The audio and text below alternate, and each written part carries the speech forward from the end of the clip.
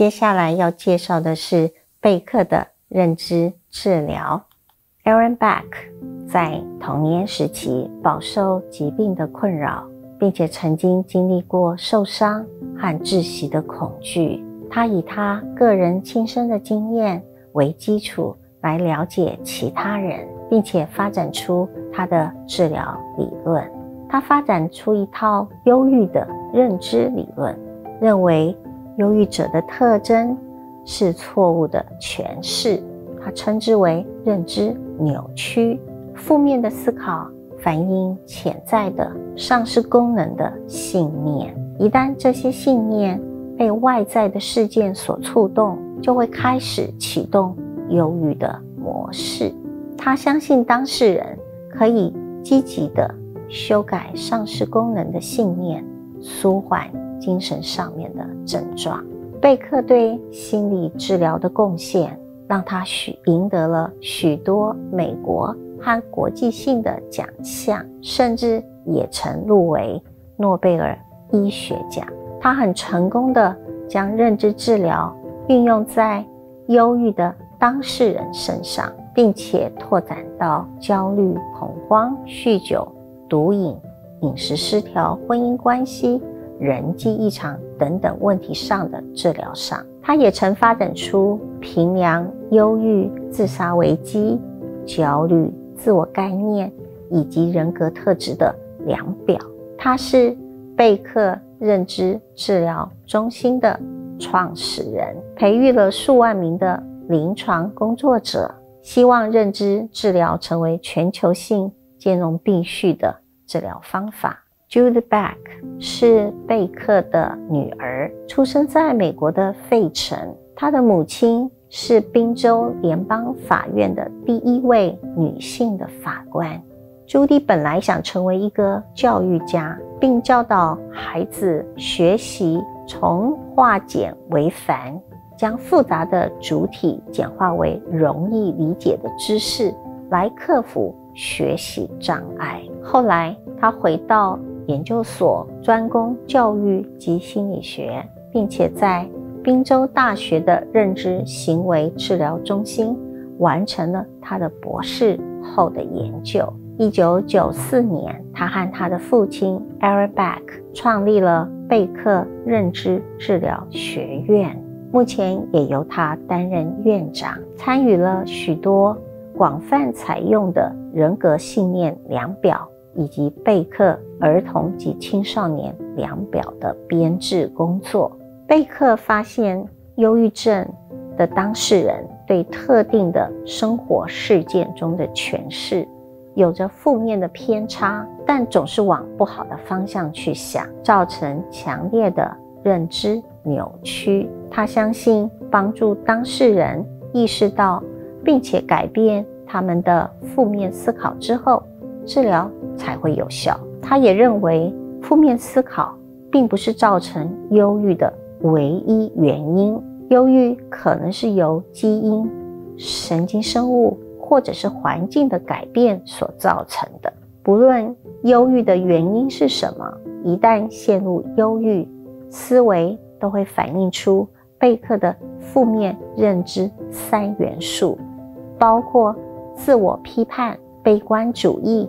以及绝望感。这种对自我、世界以及未来的负面想法是忧郁的主要的特征。认知治疗的理论基础就是在协助人如何觉察和定义自己的经验，决定了他的感觉和行为。3个理论的假设：第一，是用内省探索当事人的思考历程；第二呢，是当事人的信念具有高度的个人意义；第三，是这些意义要由当事人自己探索。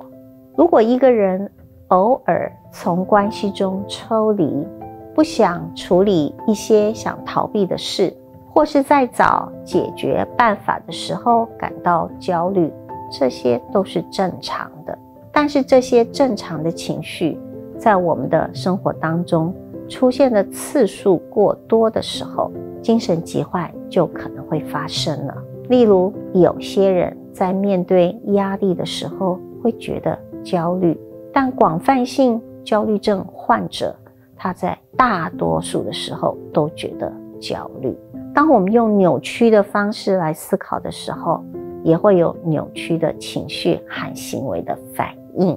认知治疗强调要觉察并且改变不真实的想法和信念，而以健康的信念来取代。认知治疗需要当事人高度的合作，包含设计特定的家庭作业，帮助当事人了解他们的想法、行为、情绪、生理和情境的连结。目标在于帮助当事人学习实际上可以用的技巧，来改变他们的思维、行为、情绪，并且维持这些改变。一旦当事人认识到自己的认知扭曲，他们会学着检验、衡量是否要支持还是要反对这些扭曲的证据。常见的认知扭曲有独断的推论、选择性抽象化、过度类化、夸大或贬义、个人化、标签化、二分法思考等等。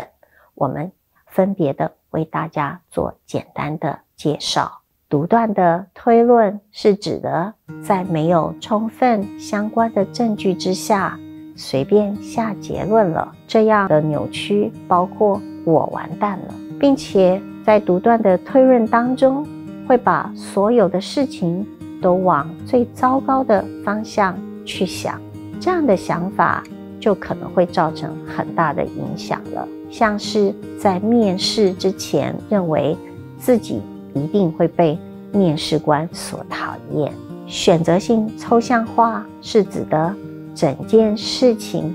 的细节是下结论的主要的基础，而忽略了重要的讯息，像是只看见自己的身高很矮就觉得是世界末日，但却没有发现自己其实长得很帅。过度类化是指的对特定的事情的极端信念放在另外一个不太一样的事件跟情境当中。例如，青少年对数学学习有困难，就过度推论认为自己对所有的科目都有学习的困难。夸大和贬义是指的过度强调事件的重要性，或者是过度贬低事情的重要性。个人化是指即使外在没有任何与自己连结的理由，自己也认为那个事件是跟自己有关。例如，认为自己是导致女朋友心情不好的原因，但其实女友只是感冒了。标签化和错误标签是以过去的缺点或错误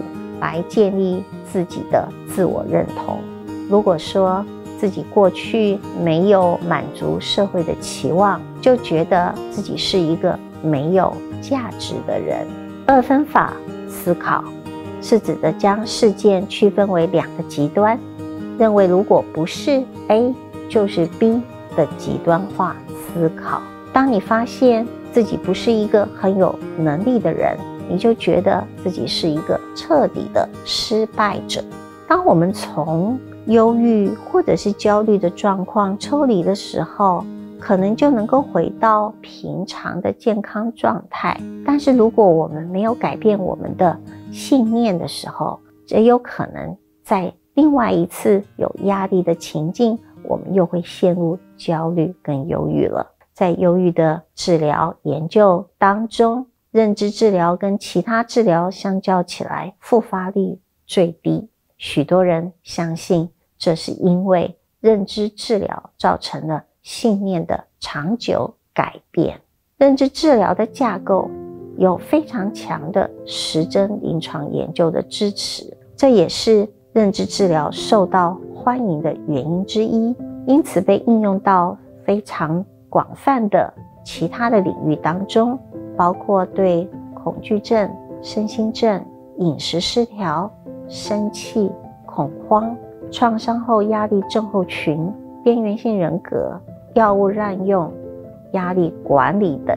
这些广泛的其他的领域，都是我们常见的心理的异常。因此在认知治疗的应用的层面是非常的广的。还有呢，对于治疗的效果上面，似乎比其他的治疗还要能够持久。我们来比较一下理情行为治疗和认知治疗的差异。理情行为治疗和认知治疗之间有着一些的不同，尤其是在治疗的方法和治疗的风格上。理情行为治疗是一个相当有指导性、说服性、面质性的治疗方法。治疗者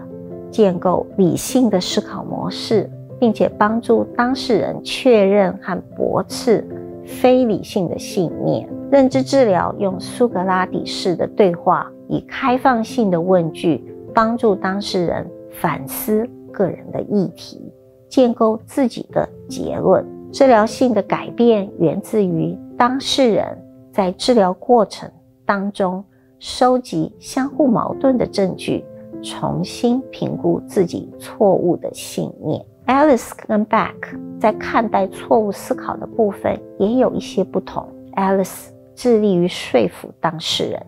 他的部分信念是非理性，而且是不能有效运用的。在说服的过程当中，主要是针对当事人的非理性的信念。Beck 认为当事人的信念是比较不正确，但并不是不理性。他会要求当事人进行行为实验来检验这些信念是不是正确，而能够从这些实验的过程当中来思考比较可行而且比较健康的想法跟做法。认知行为治疗适合在和当事人是多元文化种族背景谘商的时候所使用。如果治疗师了解当事人所属的文化中的核心价值，他就可以帮助当事人探索这些价值，并且充分觉察他们矛盾的情绪。